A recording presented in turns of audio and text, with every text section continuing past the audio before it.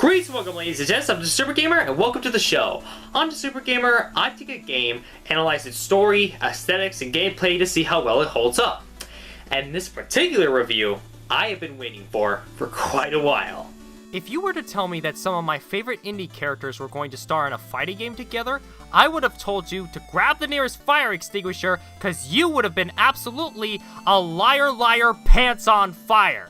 I mean, think about it. Shovel Knight, Lilac, Commander Video, and Viridian all in the same game? That just seemed too good to be true. But it really was true. In September of 2017, a Kickstarter was released by indie developer Lowe Bros Studios for a new Smash-like game with indie characters known as Indie Pogo. I was absolutely floored when I saw this, and I knew that one day I was gonna have to review this game. Indie Pogo was my dream indie game, so how well does this deliver after 10 months of development after the Kickstarter? Let's find out. This is Indie Pogo.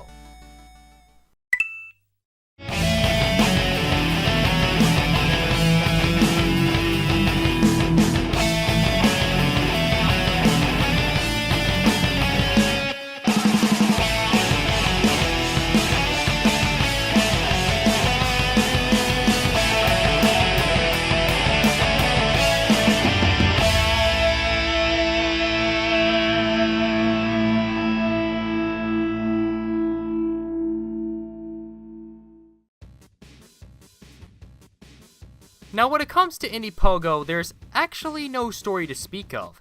The main purpose of all these indie characters being here other than to cross over is to grab your friends and have a boss time.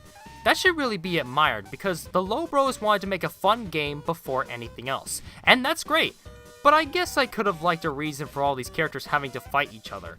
Sure, I guess there's Crow from Nefarious as the final boss in arcade mode, but that's really the closest thing to a story that we get in this game. Again, I won't knock points off for this. Gameplay is what's important after all, but it's still my job to look at everything, and Indie Pogo's story is pretty much non-existent.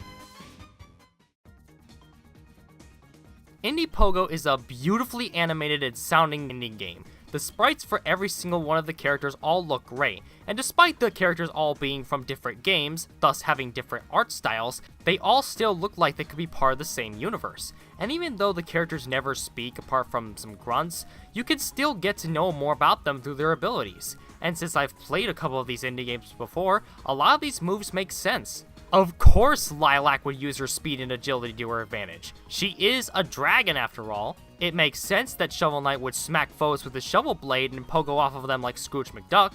If he'd do it to a dragon, he'd do it to just about anyone. And Blockman, sticking to his name, uses blocks of all shapes and sizes in combat. It really warms my heart how accurate Lowe Bros got these characters' abilities and translated them so well into the Indie Pogo gameplay. The soundtrack is also great. The main theme for Indie Pogo is a very catchy tune. The rest of the music, I believe, are from other indie games, but I really wouldn't know since I haven't played a lot of the ones featured in this game. But regardless, each track in the OST is a fine addition to many stages and locations of the game. Indie Pogo is a Smash Bros.-like fighting game, but with a twist. It has the simple 2-button fighting gameplay of Smash, but what separates it is the fact that all of the characters are jumping 24/7. This game does have Pogo in the name for a reason, because the never-ending jumping is what makes this game so fun to play. You can jump on the other players' heads over and over, which will drain their HP. All the players have a default maximum of 50 HP to keep themselves afloat. Players can drain that health by jumping onto each other, obviously, but also with different attacks. The different attacks all depend on what direction you press alongside the A button. Side attacks, up attacks, down attacks, and neutral attacks are all available for you to take your enemies out. But your greatest attack is your super attack. Below your HP, you can see your gem count. Super attacks require 5 gems in order to use them once, and they can be obtained by performing jump combos, which is the equivalent of saying that you need to jump on other players' heads several times and touch the ground before you get hit yourself. The more heads jumped on in a single combo, the more gems you will get. And these super attacks can be different depending on the character that you use, whether they be used for crowd control or single target combat. Now, all of this sounds simple enough on paper, but when you learn to master the use of all these moves, you can become virtually unstoppable. And for those who are worried that this makes all the characters overpowered, don't worry. All the characters also come equipped with dodges which you can use in any direction to avoid attacks. There's also a parkour system in this game, but frankly I almost never used it. It just kind of felt redundant since air dodging works just fine. All of this sounds easy, but knowing when to jump off of the opponent, use your aerial attacks, and dodge other attacks is what separates the pros from the beginners. Let's talk about the different modes. There's versus mode, obviously, but there's also arcade mode, where you face a set number of challengers before facing the final boss, Crow. My one problem with arcade mode is that no matter what character you play as, you will always fight the exact same characters in the exact same order every time, and it can get a bit boring after a while. As for the final boss, Crow is a really nice change of pace from arcade mode because of how much goddamn health he has. Crow is also very smart, especially on normal difficulties, and can go through all of your lives if you're not careful. If you're not interested in arcade mode, there's always the challenge mode, where you play through different challenges using specific characters to see how well you know them. And of course, with all fighting games, there's the online mode, and it's pretty lacking. But I can't necessarily blame the game for this, it's just that the game has only been out for a month now and only has a handful of people playing it.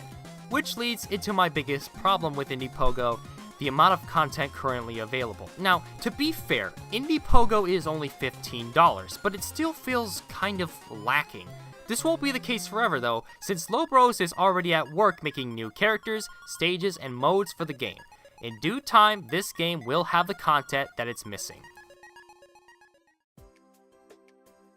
Overall, Indie Pogo is exactly what I thought it would be and more. It is a fun, Smash-inspired game that has so much potential to be known as one of the best indie games of all time. I made this review to show the game to others who might want to give it a try. Oh, and also because I need more people to play with online. My main is Shovel Knight, and I look forward to kicking your butt. I'm going to give Indie Pogo a 5 out of 5. Until then, I'm the Super Gamer, and I will see you all next time. Bye-bye!